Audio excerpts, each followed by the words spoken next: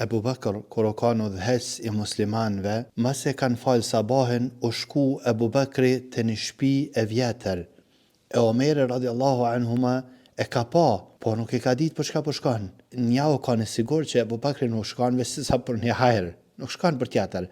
Edhe e ka përcjell. E kur ka dalë Ebu Bakri, ka hi Omeri me këshyr, po çka po hen këtu mrena Ebu Bakri? Kur ka hi në shtëpi e ka pa një plak e ladh, e cila s'ka pas mundësi me kry punë të shtëpisë. E ka thënë, oj nana jon, kush është ky njeri që po vjen çdo sabat të ti? Ka thënë, vallahi djali jam nuk e di.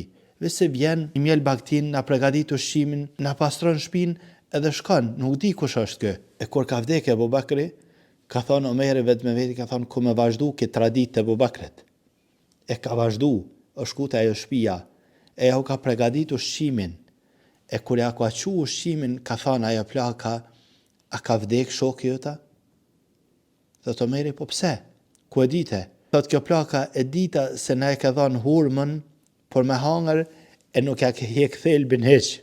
Kjo i bjen që Abu Bakr radiallahu anhu ja ka hjek thelbin, e tënë ja ka dhënë me hangër radiallahu anhu. Tënë ka thënë Omeri radiallahu anhu është një fjalë e njohur në pejtina, ka thënë i ke lodh ata që të pasojnë ty në udhëheqja Abu Bakr.